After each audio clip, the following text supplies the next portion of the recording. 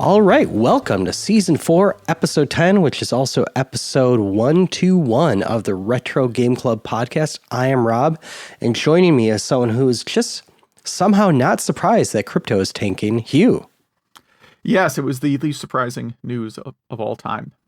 So did you invest in any crypto at all? No, I did not. I also don't go to the casino, and I've never bought an NFT. Yeah, I mean, it sort of seemed like it was a Ponzi scheme from the beginning, and I think people are now beginning to realize that. Yeah. I mean, I invested in it in a way that, well, I made a ton of money back where, like, I had a few Bitcoins that, like, when it went up to $200, I sold because I was like, there is no way these will ever go above $200 because this is fake. And then I got some more. I think I'm still way up. I haven't lost money. Let's just say that. But nothing I'm concerned about. I wouldn't have, I'm using air quotes, invested in fake money that grifters and billionaires bet on.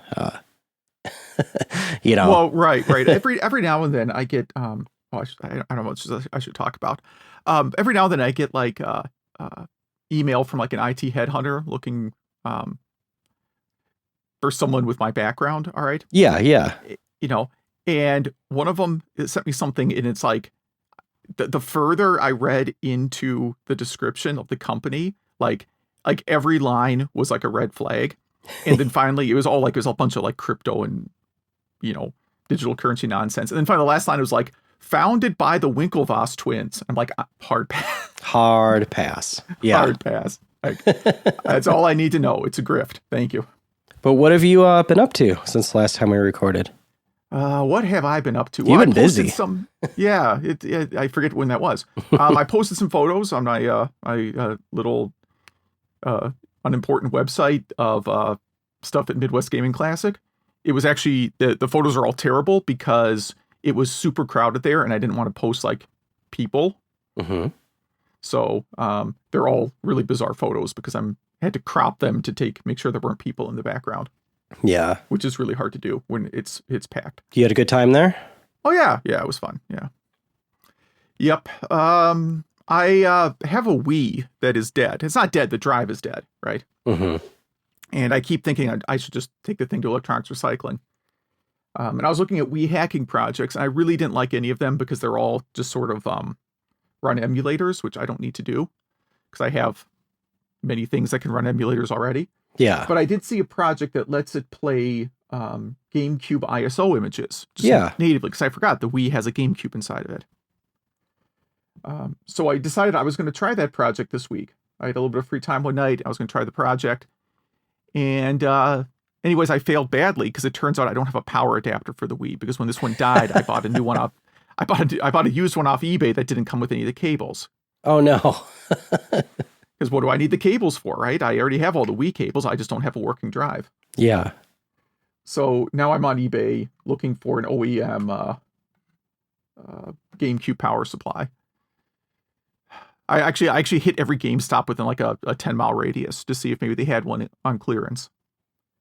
I'm surprised they didn't. I think, one of the GameStops I was at, like, they had one shelf that was Wii, DS, Wii U, Xbox 360. Wow. One shelf of everything they had left for those systems. That's so sad. I mean, the GameStop by me is mostly Funko Pops. Yeah, same here. A lot of like hoodies and Funko Pops. Yeah. Because everyone's buying their games online or from Amazon. So I actually looked at like some off-brand Wii power cables on the Amazon. And most of the product reviews contain pictures of them on fire. Huh. I mean, they did kind of get warm. This is the off-brand ones. This is some... Oh, okay. These are Alibaba branded. These are Alibaba, exactly. So I think I will just go on eBay and just buy one so I can... I don't know. It looks like you can fit two 32 gig SD cards. I'm not counting like an external hard drive, but you could put like two 32 gig SD cards and the Wii, which is like 50 or 60 games, which is 40 more than I'll probably ever play. Yeah, yeah. That's about it. I was debating whether to talk about this because it's not game related, but I think on the podcast we've talked about the Antenna Man YouTube channel before. Yeah, I think we're the two guys that watched that. I actually subscribed to him on YouTube for some reason. Yeah. I started subscribing to him after the series he did on tracking down low power FM stations. Low power VHF stations that were still on the air. I swear we still have like a VHF station in Chicago. But anyhow, he was doing a review of like a portable antenna, and I guess I haven't known this. Like, this seems like a thing I should have known years ago, that you can hook up a digital antenna to an Android phone and have a portable TV like a Game Gear or Turbo Express. Yeah, that is awesome. I've never tried that, but yeah. I mean, I have 3 old Android phones in a drawer here, right? And I'm like, I should just spend the $10 to get one of those antennas and try it out. Yeah, why not? It's a funny project, you know? Yeah, I think for like, if you keep a phone charged with an antenna, it's actually good. If you live in a part of the country where there's like tornadoes, right? It's kind of good to have a backup TV set that can run off battery. Yep, absolutely. That's about it for me. What have you been up to? I've been working like crazy and family stuff. So most of my gaming has been game club related, but I did try Coke Bite, BYTE. It's a limited flavor. I'm not. I read what it's for, and I still have no idea what it's for. I think it has something to do with Fortnite.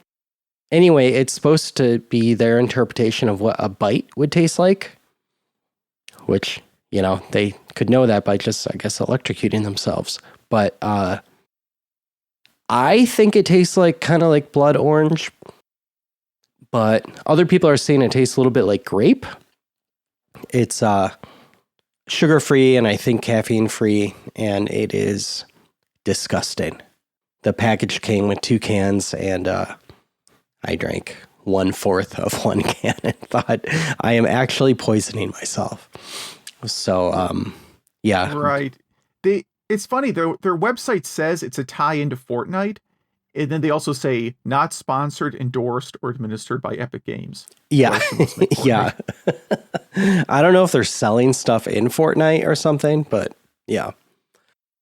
That's literally like all my news, other than I can't wait to power through our news items in this episode to get to our most hard-hitting topic I think we've ever covered. Yes.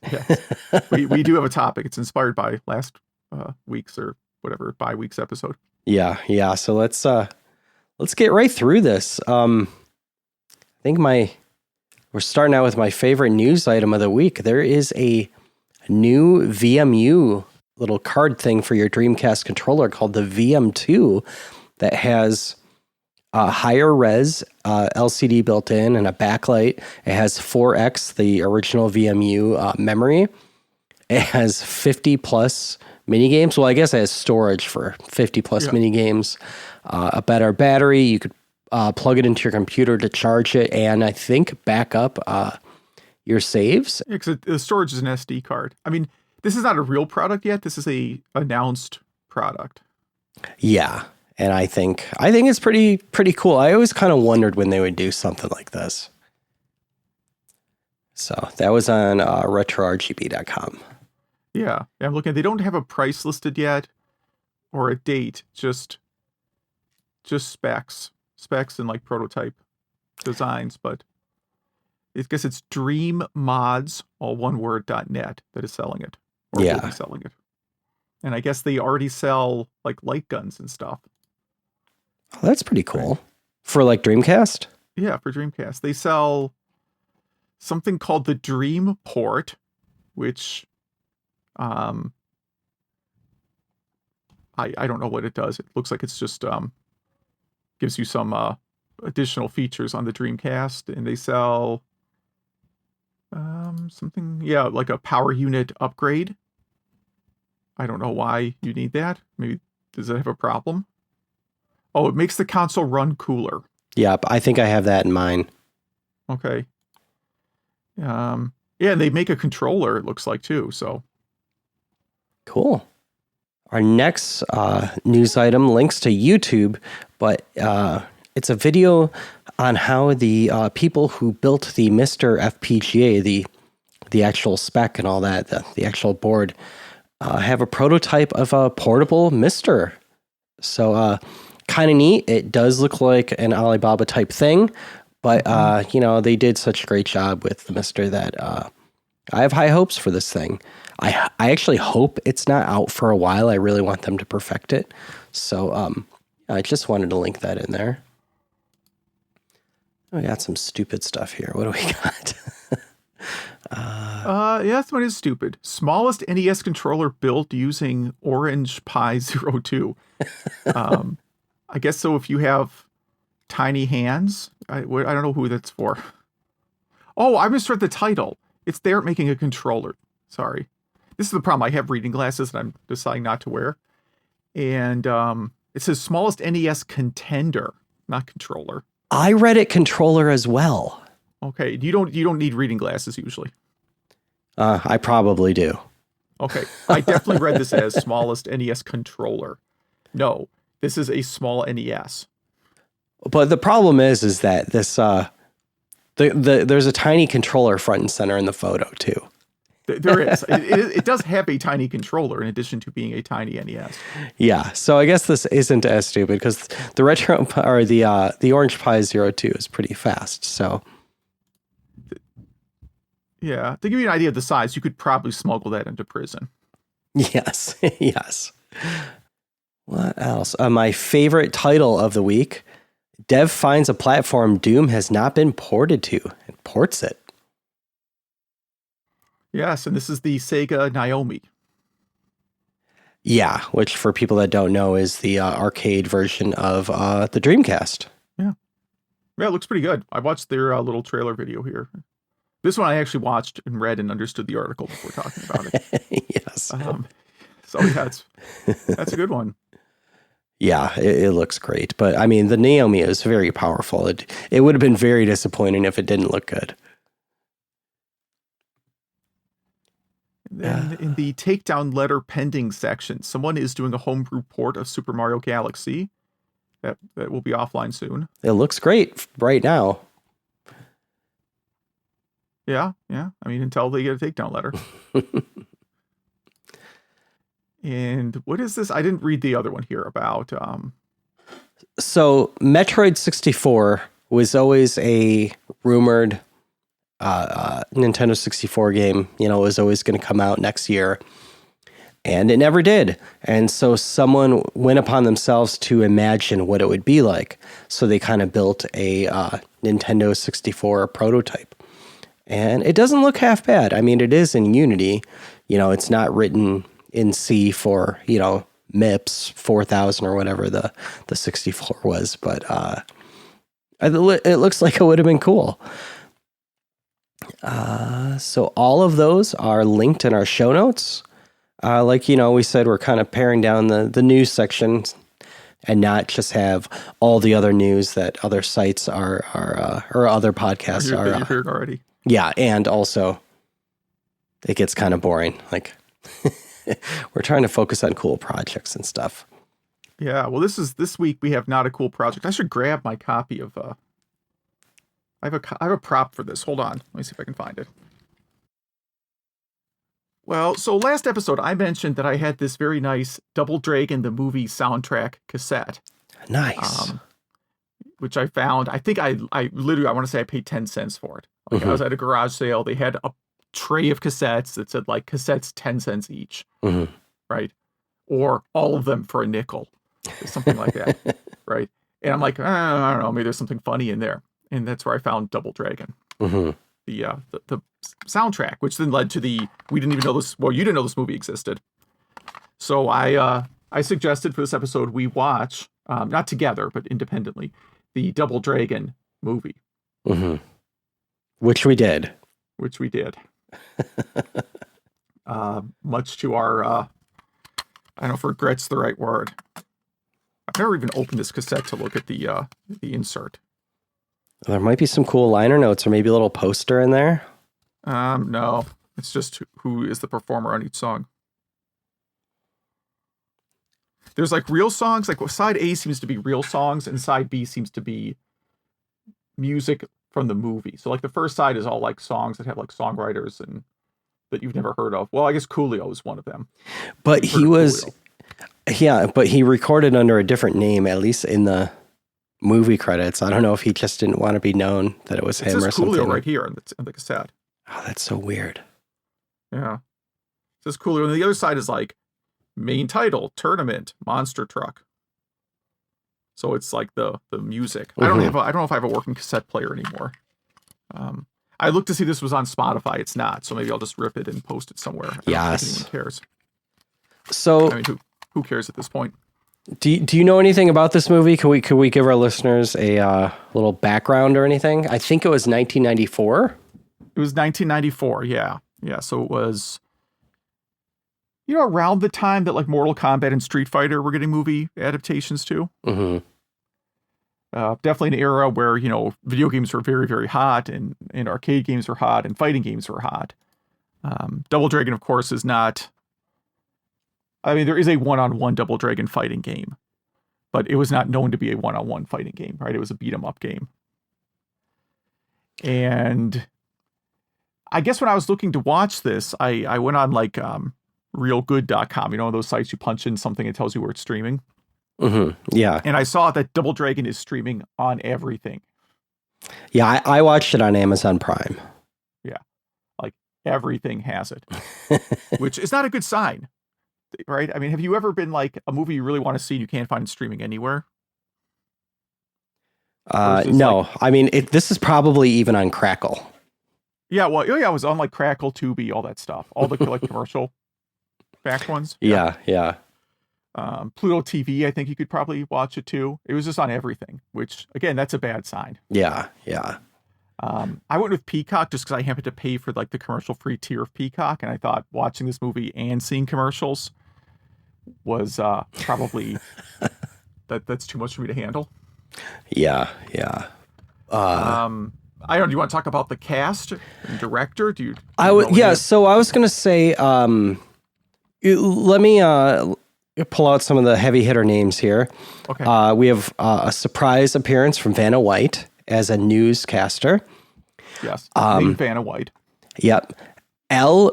Leong, who is a Asian terrorist in every single movie, which I feel so bad for him because he's fantastic and he's like born and raised in like Missouri or something, but he always has to have like an fake Asian accent. He's that guy. He's from the 80s. Alyssa Milano. I thought she did a great job in this. I'm a big fan of her tank girl haircut in this. Mm-hmm. And then, who did you mention last week? Oh, Robert Patrick. Yes. And the guy that plays Jimmy Lee seems to be the only person that is acting a lot still. He's in some TV shows and does some voiceover work, but yeah, the guy that plays Billy Lee, never heard of him before this. I guess he does some voice work too, but yeah, do you recognize anyone else from this?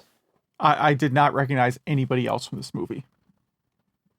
So, but I mean, just those characters alone, not too bad.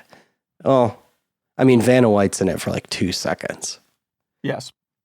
And again, just hearing of her doesn't make it great. Right. Well, she's not really an actress, right? Yeah. But she was in a very RoboCop type newscaster spot. Yes. Like I took a bunch of notes after watching it. Like, I don't know, man. So first of all, do you want to tell the audience what year this movie's set in? I was going to ask you, do you think you could? So, one quick preface for this. I had to watch this kind of 3 times because I kept falling asleep because there was zero chance my wife was going to watch it with me. So I kind of watched it late at night. So I kept having to fast forward, and I'd forgot where I fell asleep, the previous time. So there were some parts, like I missed some parts of the plot where I was like, wait, is Alyssa Milano good or bad? I can't tell right now. Yeah, so if you could, let's go through the year and kind of like the setting and a high-level look at the plot. Right. So it's set in the year 2007. Mm-hmm. Okay. The setting is kind of like Demolition Man. Yeah. So it's in this sort of dystopian version of LA. There's been an earthquake or something where LA is now an island. I think it was global warming, so the ice caps melted. Okay, for some reason I got earthquake out of it, but some catastrophe has led LA to be like this independent island state. Mm-hmm. And is a little bit of like a purge-like thing going on where after sunset, the police just pack it up and anything goes at night. I did get the reasoning for that. Did you catch on the reason why that happened? The criminals are bribing the police, something like that. It was just budgetary. Budgetary. Okay. They just don't have a night shift. That's it. They just had to make some cutbacks. So night is purged now. Yeah. So, but there was something involving a police bribe at some point in the movie. The story, I won't say is hard to follow. It's just not interesting to follow. Yes. Yeah. So one of the more forgettable of the two brothers, first of all, I don't know what kind of genetics is going on. One brother is white, the other brother is Asian. Maybe they're adopted, maybe something else. I don't know. Mm-hmm. But the white one was engaged to Alyssa Milano when this movie was being made. So I don't know what order it is. Like maybe the studio like reached out to her to do the movie, and she's like, "Yeah, but you have to cast my boyfriend as the lead." Or maybe they reached out to him and persuaded him to get his much bigger name, not spouse, girlfriend. Yeah, Like, I don't know which way it went. I couldn't find anything about like the development of the movie that clarified, who brought who on. According to IMDb, it is a post-earthquake California. You are correct. Post-earthquake. Okay. So that's the setting. So kind of picture Demolition Man. That's maybe the best way to put it. Mm-hmm.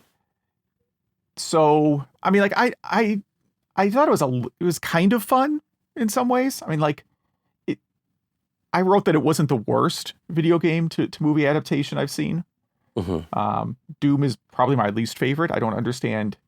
Like, I would rather just watch a Doom speed run than the Doom movie. Yeah. Yes. And Street Fighter, of course, is terrible, but it's one of these movies, like, I think if you just sit down and have a couple drinks, you're going to be fine.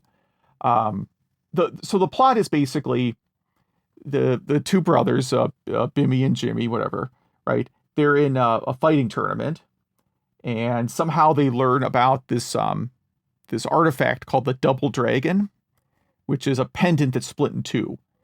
And if you combine them, you have godlike powers. And even if you have half, you apparently have godlike powers, right? Yeah. Maybe you only have half godlike powers. I don't know. But the point is, Robert Patrick, the Terminator guy, is trying to find both halves of the Double Dragon, and he has like a band of mercenaries and all that stuff. He finds the movie opens. It's the opening where like his henchmen are like raiding a village in Cambodia or something, and find the first half, which is like in a temple somewhere. Yeah. And the other half, is it that their sister? Is it like their adopted mother? I could not figure that part out. But they're, again, either older, the sort of maternal figure for Billy and Jimmy. She has the other half of the Double Dragon. In the beginning, she hid half of the Double Dragon, right? It was something along those lines. Yeah, she hid the half that Robert Patrick's going after. Yeah, and they lived in a movie theater or something. Right, they live in like an abandoned movie theater. So then the movie is, Robert Patrick trying to get the other half of the Double Dragon. Billy and Jimmy fighting various henchmen along the way. The maternal figure just kind of dies off camera. Which was kind of weird. And eventually there's a big confrontation, and the Lee brothers defeat Robert Patrick to get the Double Dragon. You missed a very, very important plot point, which is the fighting scene you were talking about is a tag team karate fight. Tag team karate, yes. A concept I've never once heard of. No. I'm not against it. In fact, I would like that to be a real thing. Yeah. Yeah, they were tag team. It starts with tag team karate. Yeah, I mean, that could be a Peacock show right there. Commercial free. Yeah, like if UFC had a tag team division, that would be pretty fun. Yeah. It would probably be, I don't know. I find UFC to be very boring. Have you ever watched UFC? Yeah, I tried. I can't. It's not for me. Yeah. This is why pro wrestling is better than UFC. Pro wrestling is at least exciting. Yeah, I'm a very passive, like a pacifist person, unless I'm playing like Grand Theft Auto. Then I just murder everyone. Yeah.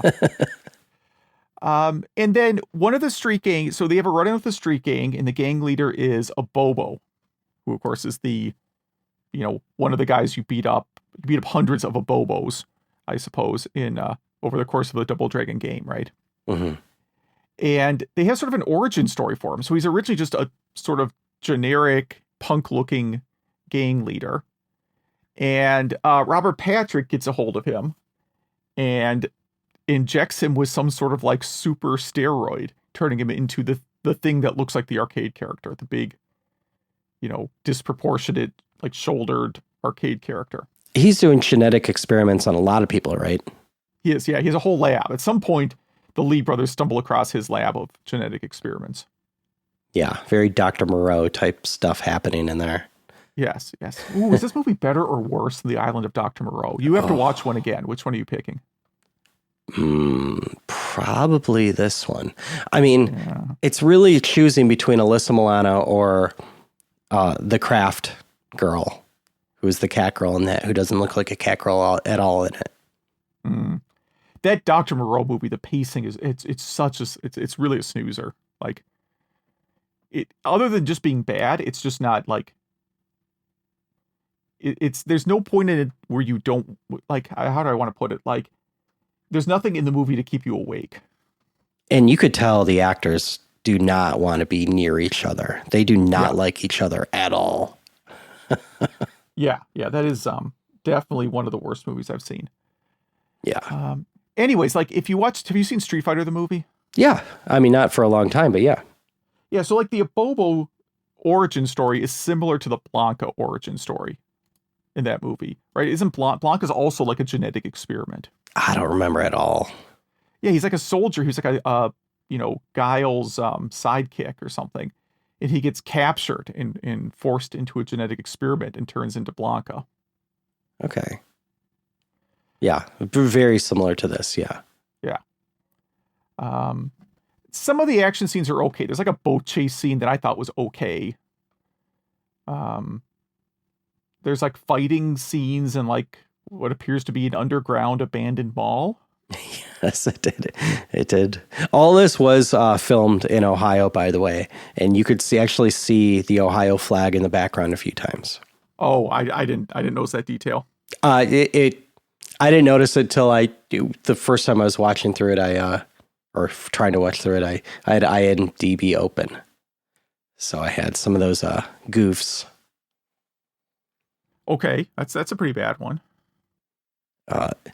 Another thing IMDb lists as a kind of a goof is that, well, first of all, this movie cost almost $8 million to make, but it only brought in $2.3 million, something like that. So it lost a ton of money. And in tandem to the movie, they were doing motion capture, like Mortal Kombat style, to make a Double Dragon the movie, the game type thing. It was supposed to come out for Neo Geo CD, and PlayStation, but they never finished the game because no one cared because it was just going to lose money. So, Right. So that's what happened with Street Fighter the movie, right? When they filmed Street Fighter the movie, they did motion capture of all the actors, and that actually got used. mm-hmm. The weird thing is, when I look at the Neo Geo game, it doesn't have actors. It has sprites.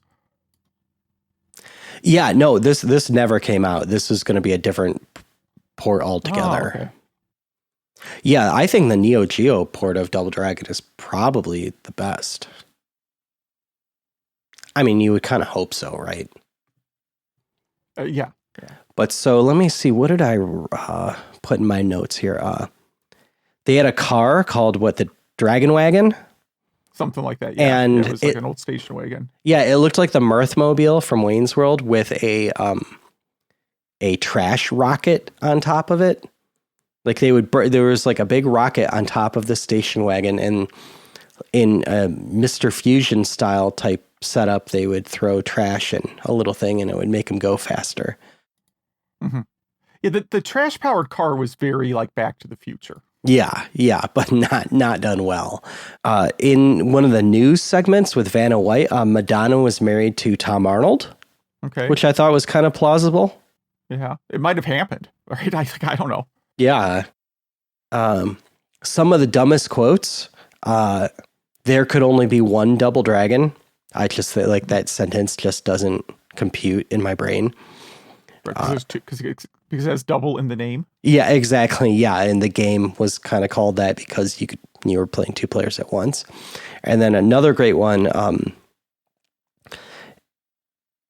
Is it just me or is it hot in here? Mm-hmm. Totally nailed that saying because that's how it goes. Just said it backwards. But it kind of brought me. Oh yeah, just another note here. Going back to talking about antenna TV, I have a feeling like at any point in time you could flip through an antenna TV, and this might be playing on one of the weird channels. Oh yeah, and some like channel 2.5 or something. Yeah, I was gonna say like 2.5, 36.7. Yes, something like that. Yeah. So we have some weird stations like that out here. So this movie did bring up a question that I have for you and the listeners, and I also have an answer of my own. You could answer this in one of two ways. Do you think they could make, like, what retro video game movie do you think they could make and actually have it be entertaining? Kind of like, they made Cobra Kai from, the Karate Kid movies, but somehow that is good. You know what I mean? It just shouldn't be good, but it is. Or just what video game movie do you think they should make, even if it's just bad, just for stupid popcorn eating fun? I'm going to go with the Shove It, the warehouse game. I don't think I remember that one. Okay. It's a game where you have to organize boxes in a warehouse. So it's Shenmue. Yeah, but you're doing it by hand. Oh, nice. Yeah, there's not much of a story, but I feel like you could probably do something with that. Well, they made Battleship the movie, so yeah, if they could do that, I think you could do that movie too. I think that would work. What about? I think what's a really preposterous. I feel like you could probably legitimately make a Space Harrier movie. I don't know if Space Harrier is a popular enough franchise. I think that would be fantastic, and it could be in Fantasy Zone. You know what I mean? Like it could, like the Star Wars expanded universe. It could be like the Fantasy Zone extended universe. Yeah, I think you could do that. I think you could. Sticking with Sega Arcade, you could probably do like. There was a period of time where there were a lot of movies where the premise was some people were racing cars across the country. Mm-hmm. And that's the premise of Outrun. A Road Blaster, maybe. Yeah. I feel like you could do that. What are your picks here? I have two. For a dumb one, Contra. Okay. Because, you're just fighting aliens with, weird guns. You would have to have the spread gun, for the last boss or something. And for something that could actually work if they got the correct writers involved, Blaster Master. Mm-hmm. Yeah. Yeah, I could see that. I could see that more as like a 8-episode Netflix show. Totally. Yeah. I think, you get the people who do Stranger Things to do something like that. I think it could be fantastic.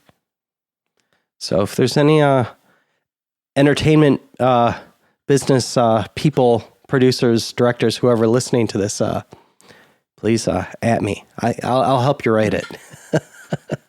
Yeah. That's definitely a thing that would work. Yes. Yeah, no, I mean that. I think Blaster Master would work. It got me thinking about Fester's Quest, though, and I'm wondering if you could do that. I think you could. As like a silly thing. That would have to be more of like just like a goofy thing. It couldn't take itself too seriously. Did you see that movie Super 8? It was a J.J. Abrams movie. No, I haven't even heard of it. It was it wasn't bad. It was kind of a modern Goonies type thing. I think if it was Blaster Master was made like that could work. Yeah, but anyway, Double Dragon. Any final thoughts of Double Dragon the movie? No, I put a note in here that if I could recast this movie, I would go a different direction and have the leads be Wesley Snipes and Woody Harrelson. Not bad choices. Not bad. For 1994. I'm not picking modern day actors. Yeah. 1994 actors. And I think they did at least one movie together. But I think that would make for a much better scene. But like the entire movie would be better with them as the leads. Probably couldn't afford them on their budget though. Yeah, I mean they're silly fighting quip delivery would have been way better than these two actors.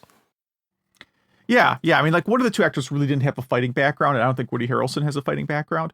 But Wesley Snipes, I don't know what I actually know if he has a fighting background at all, but he has really good fight choreography. Mm-hmm. Yeah, which is just as good. Yeah. Well, cool. That was one of my favorite topics we've ever done. Yeah. And this just came out of nowhere, just out of our, surprise that this movie existed. Want to do some game club? Yes. We'll do yours first. Cool. It's first on the list. Yeah. So I played Blaster Master this week, and I played through it on the Nintendo Switch. The Genesis collection, not the Switch Online thing, but the actual cartridge you could buy like 2 years ago. And I used the rewind feature a lot just to kind of get through the game because I hadn't played it in a while. And yeah, this is a 1988 Sega game developed by Sega as well. And Zeus sends you down to save Athena from Neph, the, what is he, like the underworld god guy. And so you have a power where if you get one of these blue floating orbs, you become buffer and buffer. And after a while of getting buff, you turn into, a beast. So I think there's a list of beasts here. Yeah, wolf, dragon, bear, tiger, and then golden wolf. And each one has a different attack. And you kind of need to get these upgrades to defeat the boss at the end of each stage. Each stage really represents one of those beasts.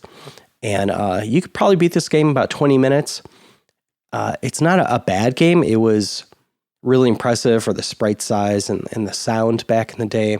This was on the Sega this was on the Sega System 16 arcade board back in the day, and then ported to really everything from MS-DOS to Genesis, obviously. This does say this was on the Master System, PC Engine, and Nintendo Entertainment System, and I do not remember any of those. Right. So the PC Engine CD version I own, and it's horrible. Okay.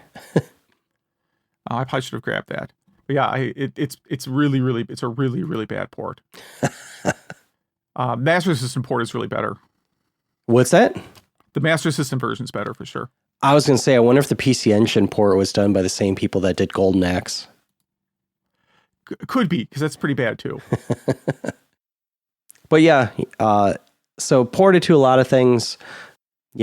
I feel like this game was kind of meant to be played in 2-player mode. I played in 1-player mode because I had no one to play with.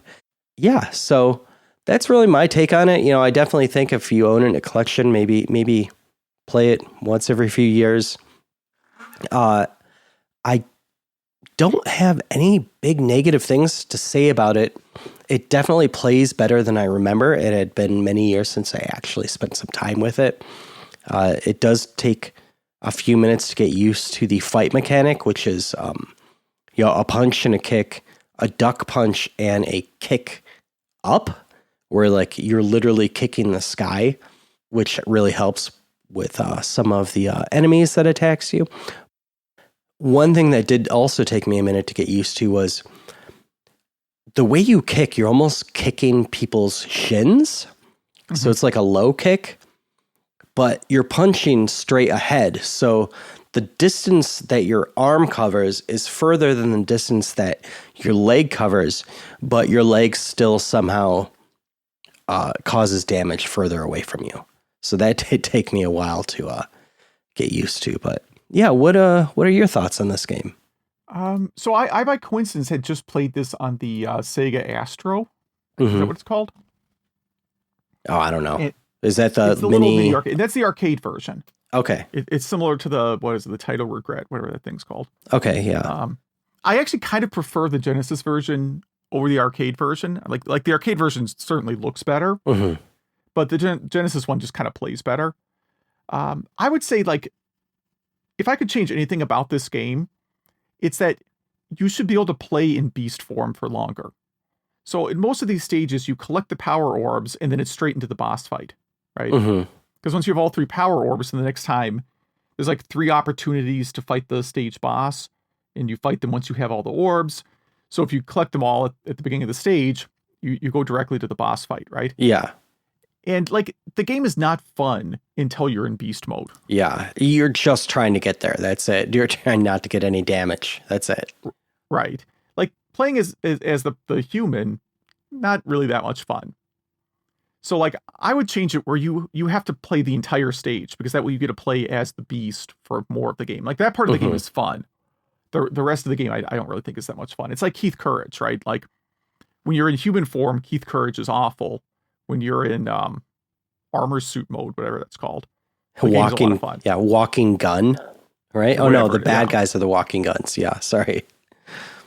Yeah, you're like Astro Boy or something. I don't know what you call that thing he's in.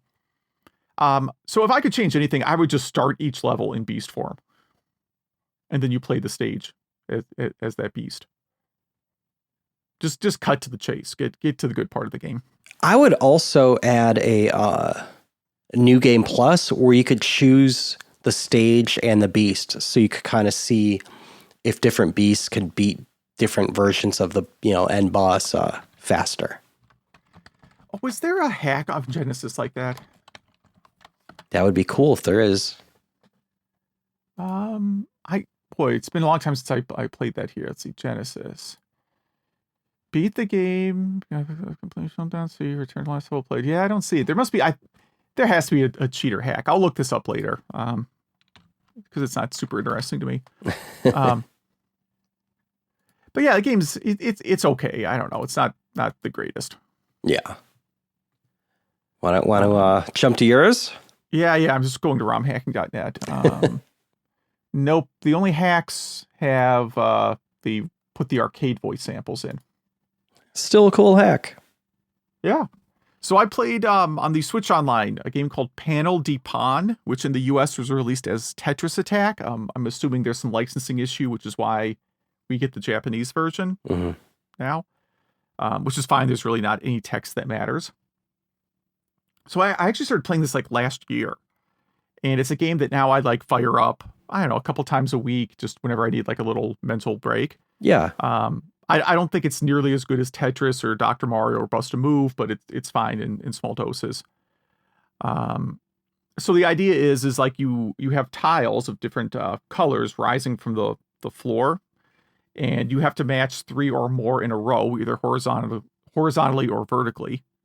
And then they break, and the tiles above it fall, and so on. And then the speed advances, obviously, as the game goes on.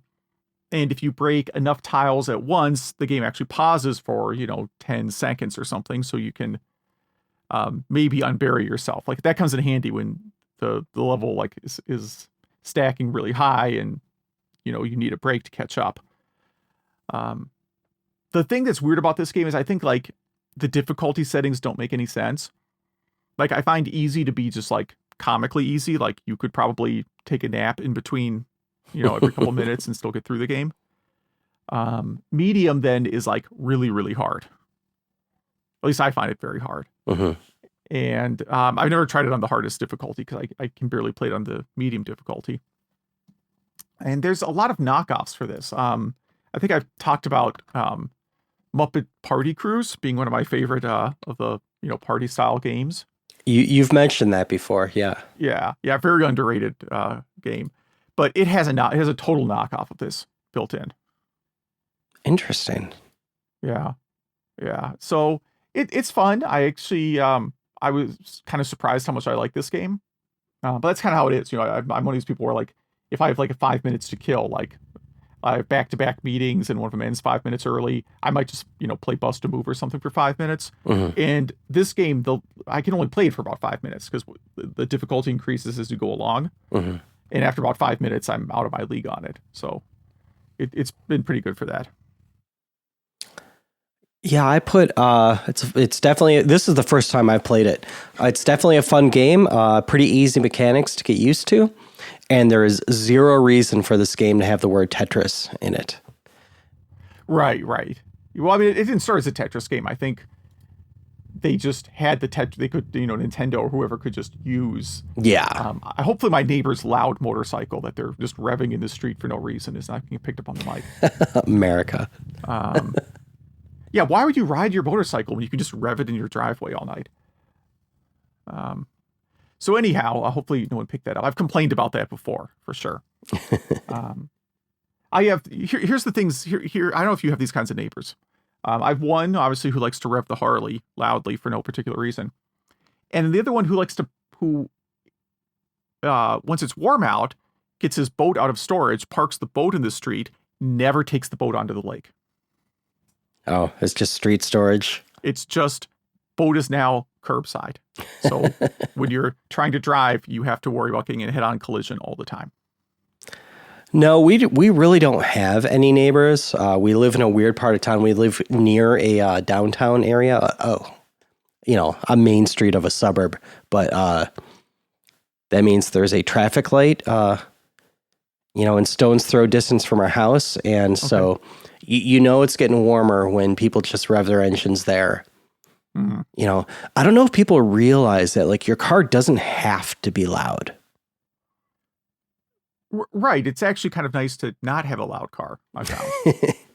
But yeah, I sound like a bitter old man. But Tetris Attack. Do you have Tetris Attack? Yeah. So yeah, since it was the first time I played this, and you know I didn't read any manual or anything, it took me to realize that. So the mechanic is that you can, let's say there's a green block and a red block. If you put your little icon over that and hit the button, it flip-flops where those are. So now it's a red block and a green block. If it's just one block, you could still hover over it and press the button, and it just moves it in that direction. So you're kind of swapping it with air. And that helps kind of move it over. And that took me a while to figure that out. But do you have any other tips for people that are just getting into this game? No, I mean, I always, even though it's like kind of scary to play that way, I always work at like the lowest level, because if you break bricks, the lower you break bricks, the more likely you are to trigger a combo. Okay. So after, bricks fall, they may combo. If you keep working at the top, because I think your natural instinct is like, this thing's growing, I got to keep shaving off the top. Like Tetris, yeah. Like you would do, right. Instead, you really want to work from the bottom because you want to try and get chain reactions going. Okay. So you have to go with the Dig Dug mode instead of the Tetris mode. I like it. Exactly, yeah. Yeah, work from the bottom up. Cool. Yeah, I really enjoyed this one. I think this is, I'm glad you picked it. It's going to be in my rotation now, and it's free on Switch Online. Well, if you pay for that. It comes with it. What are you going to play next? I am going to go with NBA Jam. Any version of it. There's many different iterations. I don't really want to get into, like, play one specific one. play any version of NBA Jam. Yeah. And I'm picking it because I think we're going to record again in like 2 weeks, and that'll be like, well, it'll be the conference finals for sure by then. Maybe even the first game of the overall championship by then. Cool. I'm going to be playing, for no reason at all, I'm going to be playing Legend of Kage on the NES. Okay. And what can you play that on? Is that on the... I'm going to be playing it on an EverDrive. Okay. So I have no idea where else you can play it. It's actually, I'll get into it, but if someone wants to go out and buy it, I don't think it's a very expensive game. Okay. But yeah, so if any of our listeners play Altered Beast, Tetris Attack, Legend of Kage, NBA Jam, if you have thoughts on Double Dragon, the movie, or if you have thoughts on which video game should be created into a movie, let's see what else. If you're excited for a new VMU for your Dreamcast or anything like that, please email us. Email at retrogameclub.net. That is email at retrogameclub.net. Or hit Zach up on our social media. We got Facebook, Twitter, Instagram, probably other things. And we created by we, I mean Zach created a Discord server. So I don't think anyone is on it yet. So if you go into our show notes, it will be there. And maybe say hi to Zach or I. So we will see. But we do have, looks like 2 emails. Yeah. I've never used Discord, so I still haven't. It's like Slack. Okay. I don't know if I consider that good or bad. Where was I? Majors writes in to defend the Taito Egret. He mentions that the setup, he was at Midwest Gaming Classic too, although I guess I missed him. He said they had it set up with the monitor rotated vertically, which might be why it looked bad. I don't want to say it looked bad, but it was a weird monitor setup. Maybe there were like some shooter games they were trying to demonstrate playing it the long way. I don't know. But he mentions that there's a couple kind of interesting games that are hard to find, like Galactic Attack, Elevator Action Returns, and Darius Gaiden.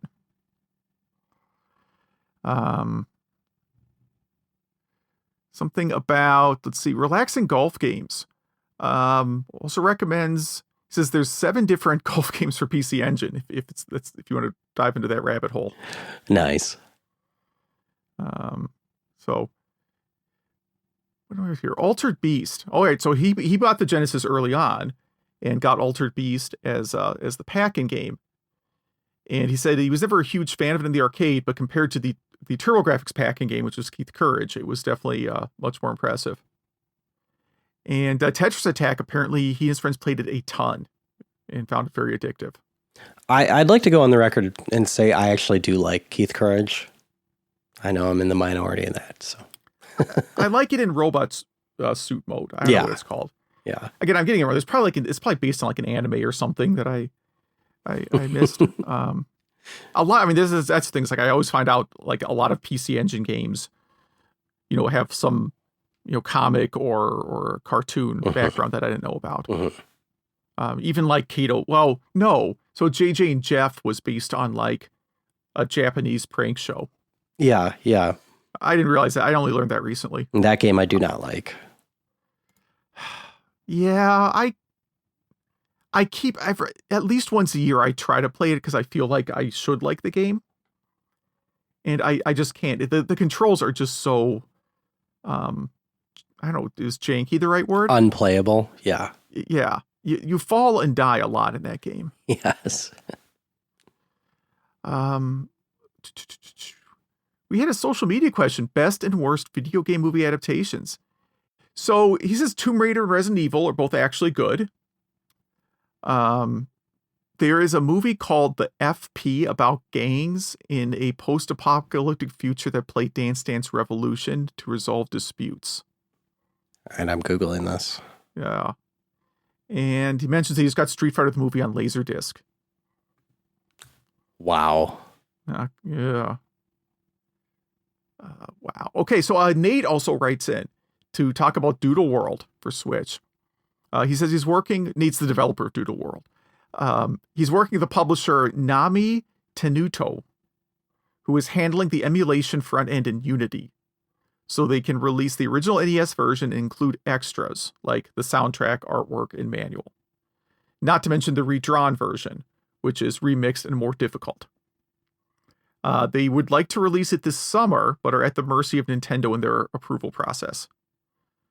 While Nintendo already approved the game for release, from what I understand, they can be picky and require changes and fixes before it goes on the eShop. That sounds very Nintendo. Yes. So Nintendo may ask them to change random things like wording or button mappings. Yeah, Nate, thanks for answering my question. Yeah, that's really interesting. I had a feeling you would go with Unity for that. I just didn't know if you were going to go like totally hardcore and say like, I could just redevelop this in like BurgerLib or something like that. Yeah. No. I figured it was an emulator, like the same way you get like the Castlevania collection is all. That seems all emulated for me. Social media feedback was about, as we noted, best worst video game to movie adaptation. So, John from the Nerd Noise Radio podcast, which I've been on several times, and I think I actually owe him an episode sometime soon. Okay, so I'm starting over. So John writes in, he says that he got a Super Nintendo for Christmas in 1999, and then bought a used Genesis with Sonic 1 for $50 shortly thereafter. And then he traded a bunch of games and ended up getting Altered Beast. And he's been a very big fan of it ever since. Does think it's kind of weird, the whole like power orbs make your clothes fall off mechanic. It's a Hulk thing. Yeah, clearly they're ripping off the Hulk. But he actually, even though got it, I guess after owning a Super Nintendo, even appreciated it. Cool. Best worst movie adaptation. Someone mentions Crawl, and I can't remember which one came first. That's me. That's you. You. Yeah, I put mine in there. Crawl the movie came first, and they adapted it into a arcade cabinet, and it's kind of fun. The arcade game Crawl is fun. The movie Crawl is. I'm sorry if you like that movie, but I cannot watch that movie anymore. The movie Crawl was the first movie I ever saw in the movie theater, which might explain a lot about me, but also Mystery Science Theater, does live stuff, and I went and watched them do Crawl, and it was incredibly funny. Yeah, I tried watching it a couple years ago. Like my wife and I were both up working on the couch and stuff, and we're like, "Oh, let's watch an '80s movie." Hey, Crawl is playing on again some random antenna station, and wow, this is we did not finish it. I'll leave it What's his name that plays Qui-Gon Jinn? It's like his first movie. Oh, really? Liam Neeson? Yeah, he's one of like the character actors that's running around the whole time with the main guy. Okay. I mean, again, even though it's been a couple of years, I forgot about it. I know that the guy who plays Hagrid from Harry Potter is in it. Really? Wow. Yeah, he plays the tall, the what are they called? We have one eye? Oh, the Cyclops. Yeah. I didn't realize that. Wow. Yeah. But what else here? Goonies 2, which of course, is interesting. Last Starfighter, someone labeled as worse. Now you realize the Last Starfighter video game was not actually based on the movie, right? They just put the name on it, right? They were developing it for something else. They put the name on a different game. Yeah. Yeah. Someone really loved Willow on the NES, and I would say that's a game I always want to go back and play. I only tried it like once briefly. That's a turn-based RPG, right? I thought it was an action RPG, but you're probably right. I think so. It looks like a game I would enjoy. I just have never, like I saw a minute of it at like a Captron station, if you remember. They're bringing Willow back, right? As I think a TV show with the same actor playing Willow. Really? Oh, yeah. Is that Warwick Davis? Yeah, Warwick Davis. Yeah, I think it's on Disney Plus. Yeah. Yeah, that dude is in. I mean, his acting resume is a mile long. Yeah, it's awesome. So someone else mentions how that the Chun-Li actor in Street Fighter the movie was technically American, which I suppose is true. And Michael Clark Duncan as Balrog. which is strange because he's such a great actor, but in a really bad role. Who is he again? I can't picture it. He's Green Mile. You've probably seen him in, right? Okay. Isn't he the leading in that? I thought I was picturing him. He was he died like 10 years ago. He died really young. Yeah. I keep forgetting that he's in. I saw a Street Fighter movie once, and I mean, I've played the arcade game a couple times. Since I'm in it, I feel obligated to like play it. And you know, he does. I guess I didn't recognize him as Balrog in the arcade game. Maybe they used the stunt actor, because a lot of the actors in the arcade game are actually the stunt doubles. Yeah. All right, so sorry, we're just all over the place today. As much as I love bad films, Yui bulls films based on games, especially. He really likes Alone in the Dark, Blood Rain, and Name of the King. Name of the King, I had never even heard of that video game. And neither have I. Yeah. So I think that is everything. Yeah, so I hope you enjoyed our new movie podcast. Yeah, there you go. I don't know if we're going to review another video game movie anytime soon. We might not. I don't know. Yeah, I mean, there are 10,000 Resident Evil movies if we want to do any of those. Oh, I don't know if I want to do those. I prefer something odd. The Monster Hunter movie? Yeah, maybe. If you wanted to see something bad, you should try the Donkey Kong animated series from the 90s. Oh, that's a rough one. It's like done on computer. Oh, wait, maybe I'm thinking of something different. I'm thinking of the one from the 80s. No. Okay, I'll have to check that out. One of the services, because I was like, oh, I remember this show, and I literally turned it off 2 minutes. I mean, I don't think I made 2 minutes into the first episode. Nice. Well, cool. Our email address again, email@retrogameclub.net, and check out our show notes for all the other links, including the new Discord server, and play some Legend of Kage and NBA Jam. And I think that's it, right? Yes. So thanks for listening.